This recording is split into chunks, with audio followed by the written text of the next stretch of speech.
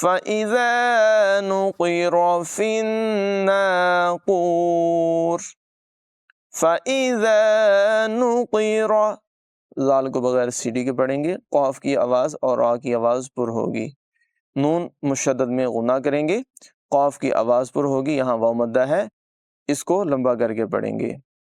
فَإِذَا نُقِرَ فِي النَّاقُورِ فَذَلِكَ يَوْمَئِذٍ يَوْمٌ عَسِيرٌ فَذَلِكَ یہاں بھی زال کو بغیر سیٹی کے پڑھیں گے، ذالک نہیں پڑھیں گے۔ فَذَلِكَ يَوْمَئِذٍ يَوْمٌ یہاں حمزہ کو پڑھیں گے اور تنوین کے بعد یا حروف غیر معلوم میں سے ہے، ادغام ہوگا یعنی ملا کر غنہ کر کے پڑھیں گے۔ یومئذ یوم عسیر عین کی آواز حلق کے درمیان والے حصے سے نکالیں گے، یہاں پر را کو باریک پڑھنا ہے، را سے پہلے یا جو ہے وہ ساکن ہے اور اس پر سکون اصلی ہے۔ عسیر فَذَلِكَ يَوْمَئِذٍ يَوْمٌ عَسِيرٌ عَلَى الْكَافِرِينَ غَيْرُ يَسِيرٌ عَلَى الْكَافِرِينَ عین کی آواز حلق سے نکالیں گے، کاف کی آواز باریک ہے، را کو بھی باریک پڑھیں گے۔ عَلَى الْكَافِرِينَ غَيْرُ يَسِيرٌ غین حلق کے اوپر والے حصے سے پڑھا جائے گا، را کو اور غین کو پور پڑھیں گے، سین میں سیٹی کی آواز نمایاں کریں گے۔ غیر یسیر ذرنی ومن خلقت وحیدا ذرنی زال کو بغیر سیٹی کے پڑھیں گے، را پر ہوگا۔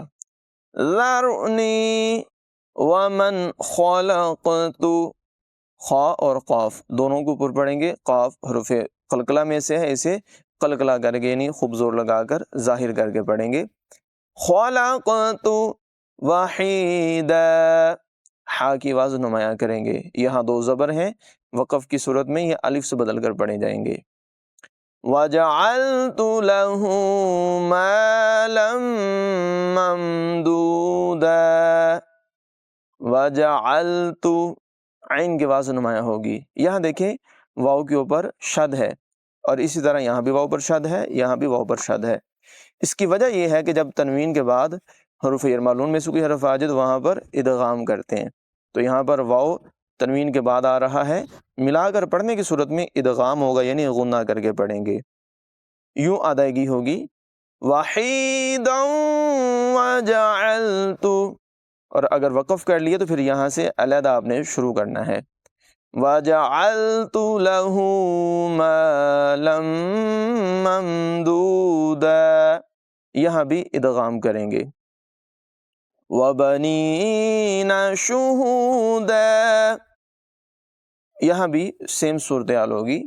وَبَنِينَ شُهُودًا وَمَهَّدتُّ لَهُ تَمْهِيدًا وَمَهَّدتُّ یہاں پر میم کو ہا کے ساتھ ملائیں گے اور پھر ہا کو تا کے ساتھ ملائیں گے، دال نہیں پڑھا جائے گا۔ یاد رکھیں کہ جب ساکن حرف متحرک حرف اور مشدد حرف کے درمیان میں آ جائے تو ساکن حرف کو چھوڑ کر متحرک حرف کو مشدد حرف سے ڈائریکٹ ملا کر پڑھا جاتا ہے، لہذا یہاں پر دال کو نہیں پڑھا جائے گا۔ وَمَهَّدتُّ لَهُ تَمْهِيدًا ثُمَّ يَطْمَعُ أَنْ أَزِيدَ ثُمَّ سا کو بغیر سیٹی کے پڑھیں گے، میم مشدد میں غنہ ہوگا۔ ثُمَّ يَطْمَعُ تو جو ہے اس میں قلقلہ کریں گے، اس کی آواز پر ہوگی۔ ان ازید یہاں نون ساکن میں اظہار ہوگا یعنی اس کو ظاہر کر کے پڑھیں گے، غنہ نہیں ہوگا۔ ثم يطمع ان ازید کلا انہ كان لآياتنا عنيدا